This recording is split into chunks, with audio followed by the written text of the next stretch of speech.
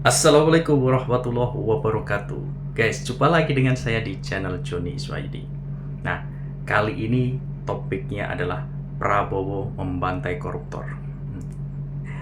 Yang dibantai tidak terima guys, tapi selalu saja menyalahkan Jokowi. Padahal Jokowi sudah tidak menjabat lagi sebagai presiden.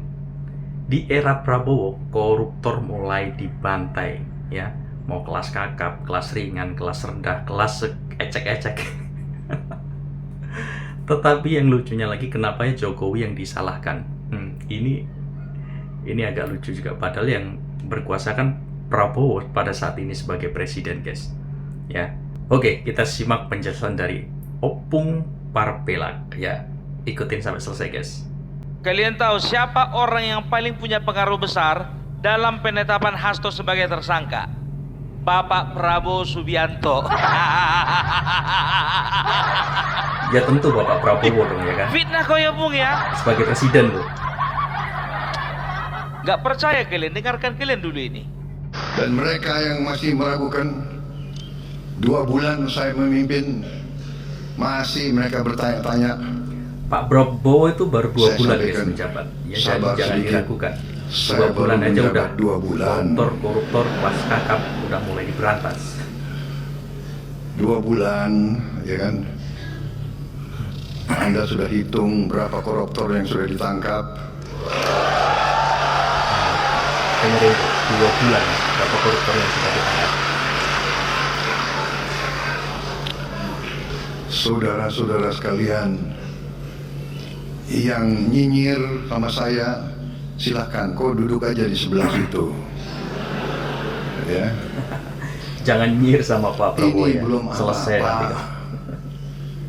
Ini belum apa-apa. Nanti Belum apa-apa guys. 6 bulan Baru lagi 2 bulan belum apa-apa. baru saudara boleh nilai pemerintah Prabowo Subianto. Udah kalian dengar, apa katanya? Kita lihat 6 bulan ke depan. Nggak main-main wah. Baru 2 bulan saya menjabat, tapi lihat berapa orang koruptor yang sudah saya Saya angkat. suka dengan Opung Parpelak nih ya, ketawanya. Berapa orang koruptor renyah yang sekali sudah gitu ya. ditangkap. Kalau ku bilang ya, masa Bapak Prabowo ini jangan main-main. Mulai dari tingkat pusat sampai ke desa kena gulung semuanya. Masih ingat kalian 700 orang kepala desa digiring ke KPK? Masih ingat? Tingkat desa sampai Kupastikan kota nggak ada kena kepala guys. desaku di Jadi situ. jangan main-main dengan Pak Prabowo ya. Ya, jadi biar tahu kalian ya, kukatakan seperti itu semua ada alasannya. Yang pertama ya, pemegang kuasa penuh terhadap pemerintahan kita itu adalah Bapak Prabowo Subianto. Nah, komando yang paling tinggi untuk pemberantasan korupsi siapa? Otomatis Bapak Prabowo. Jadi kalau PDIP elit-elitnya ada yang ditangkap KPK, jangan salahkan Jokowi, Benar, Jadi salahkan komando Bapak tertinggi Prabowo. di Indonesia untuk Karena kalian dijadikan tersangka dan Memerintah kemungkinan KPK, besar Prabowo akan sebagai ditangkap presiden, bukan kan? zaman Jokowi, tapi zaman Prabowo. Gitu loh, ya. Jadi kalian selalu mengatakan kekuasaan. Coba kalian komentari dulu kekuasaannya Bapak Prabowo.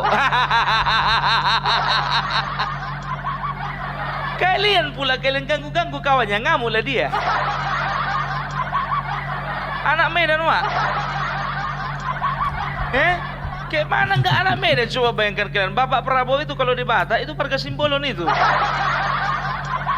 Kebanggaan buat marga Simbolon. Tepuk tangan dulu kita marga Simbolon. Begitu juga Bapak Joko Widodo di Batak marga Siregar itu. Marga Siregar udah punya marga itu, biar tahu kalian. Banggalah kita yang marga Siregar. Kalian tahu sendiri kalau anak Medan, jangan coba-coba diganggu kawannya. Habis kalian dibikin. Nah, ya, jadi itu yang pertama. Ini berbicara tentang tentang hubungan antara Bapak Jokowi dengan Bapak Prabowo ya. Sekarang begini, apakah ini kecurigaannya PDIP, apakah ya ada cawe-cawe Joko Widodo terhadap penetapan Hasto Kristianto sebagai tersangka, ya. Kalau dibilang cawe-cawe tidak, ya. Dibilang dendam juga tidak, ya. Tapi ya Bapak Prabowo hanya membantu mengerjakan PR. Ya, jadi bukan cuma dalam hal pembangunan, peningkatan PR-nya Bapak Jokowi yang perekonomian, belum pertahanan tersampaikan itu keamanan, tapi dikerjakan untuk sama Pak pemberantasan Prabowo. korupsi juga harus dilanjutkan PR-nya Bapak Membantu Jokowi. mengerjakan PR Pak Jokowi, guys. Benar-benar. Itu baru namanya pemimpin kelas dunia. Gitu, ya. Jadi kalau bisa dikatakan, ya, secara politik begini, ya. Bapak Prabowo kemarin ketika di awal-awal untuk membentuk kabinet, ada bisikan-bisikan bahwasannya dia akan menerima PDIP masuk ke dalam kabinet, kan begitu.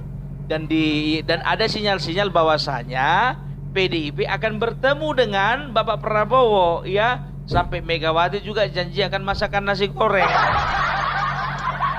Kan begitu. Nah, ada suara-suara mengatakan bahwasanya Bapak Jokowi sangat keberatan jika PDIP atau Megawati diterima masuk dalam kabinet. Katanya, ya. Iya, pernah ya Megawati PDIP ini berjanji banyak masak nasi maunya, goreng banyak untuk kepinginnya, Prabowo kalau banyak ketemu. tuntutannya, ya. Ternyata betul, ya. Ternyata betul. Belum masuk kabinet mereka sudah meminta beberapa kursi menteri yang sangat vital. Lahan basah. Salah satunya Kementerian Hukum dan Hak Asasi Manusia. Ya, coba kalian cek aja di podcast-podcastnya channel-channel besar. Itu sudah dibahas itu, ya. Aku nggak mengundang mereka karena nggak ada uangku untuk mengongkosi mereka. Kalau kalian penasaran, kalian cek aja kayak si Zulfan Heri kalau nggak salah. Setelah itu Ahmad Kodari, ya. Setelah itu Muhammad Kodari. Setelah itu Hasan Nasbi, ya. Yang positif-positif, jangan kalian tonton yang channel-channel negatif. Ya kan? Udah nggak perlu aku sebutkan mana channel-channel negatif kan? Ya, itu dia. Ya, jadi ada indikasi bahwasannya, ya, Megawati dan juga PDIP, ya, kepingin posisi yang paling menguntungkan partai mereka. Ya, akhirnya mungkin Bapak Joko Widodo mempertimbangkan lagi. Nah, di dalam masa pertimbangannya itu mulailah manusia-manusia laknat melemparkan fitnahan-fitnahan. Dikatakanlah bahwasanya Bapak Prabowo lebih memilih untuk bekerja sama dengan PDIP daripada Jokowi. Dihembuskanlah rumor bahwa Bapak Jokowi sudah tidak lagi berjalan bersama dengan Prabowo. Ya, Bapak Prabowo lebih memilih untuk berjalan bersama PDIP ditimbang dengan Jokowi. Yang lebih ganasnya lagi, dikatakan Bapak Prabowo sebetulnya tidak kepingin Gibran Rakabuming Raka menjadi wakilnya. Dia lebih kepingin menjadi wakilnya adalah Puan Maharani. Yang lebih konyolnya lagi, ya, pihaknya Anies Baswedan mengatakan bahwasanya ada kemungkinan besar yang dilantik jadi wakil presiden adalah Anies Baswedan. Mimpi apa lah orang ini semuanya, ya? Jelas-jelas tanpa Gibran Rakabuming Raka, Bapak Prabowo belum tentu menang. Apakah sebodoh itu Bapak Prabowo ingin meninggalkan, ya, relasi yang begitu kuat dengan Bapak Prabowo hanya demi sebuah partai yang nggak begitu jelas? Ya nggak begitu jelas lah. Makin hari coba kalian perhatikan dulu tingkah lakunya. Jadi gini guys, ya. Coba, ya, mulai dari Hasto yang menyamakan diri dengan Soekarno, tahun 2024. mengatakan bahwasannya penjara itu adalah bagian dari perjuangan demokrasi. Padahal Presiden Soekarno dipenjara oleh karena oleh karena perjuangan untuk memerdekakan Indonesia. Lain sama si Hasto. Hasto berjuang keras untuk memerdekakan Harun Masiku. Kan begitu ya. Jadi Bapak Prabowo waktu itu ya menetapkan sebetulnya dia tidak perlu mempertimbangkan apapun ya, karena dia sudah tahu ya seorang prajurit tidak akan pernah mendustakan atau tidak akan pernah mengkhianati sumpahnya, tidak akan pernah mengkhianati janjinya. Karena di awal sebetulnya Bapak Prabowo sudah komitmen untuk tetap berjalan bersama dengan Bapak Jokowi dan juga Bapak Gibran Raka Buming Raka ya. Jadi aku nggak terlalu percaya Bapak Prabowo sempat terpengaruh, enggak ya. Cuma Oke guys, jadi itulah tadi ya penjelasan dari Opung Parpela. Nah, tentang koruptor yang dibantai oleh Prabowo. Tapi lucunya, yang dibantai kan di eranya Prabowo, tapi Jokowi tetap saja kena. Memang lucu PDI ya. Politik itu memang kejam ya. Walaupun sudah tidak menjabat jadi presiden, masih aja diseret-seret seakan-akan Jokowi yang bersalah. Kalian nggak tahu, ini adalah kerjasama antara Jokowi dan Prabowo. Jadi Prabowo itu mengerjakan PR-nya Jokowi yang belum tuntas, yaitu menangkap koruptor-koruptor ini. Kalau di tangan Prabowo kan nggak berani ya. Kalau di tangan Jokowi, walah caci maki segala macam mungkin ya. Jadi itulah tadi ya, di era Prabowo koruptor dibantai atas bisik-bisik Jokowi guys.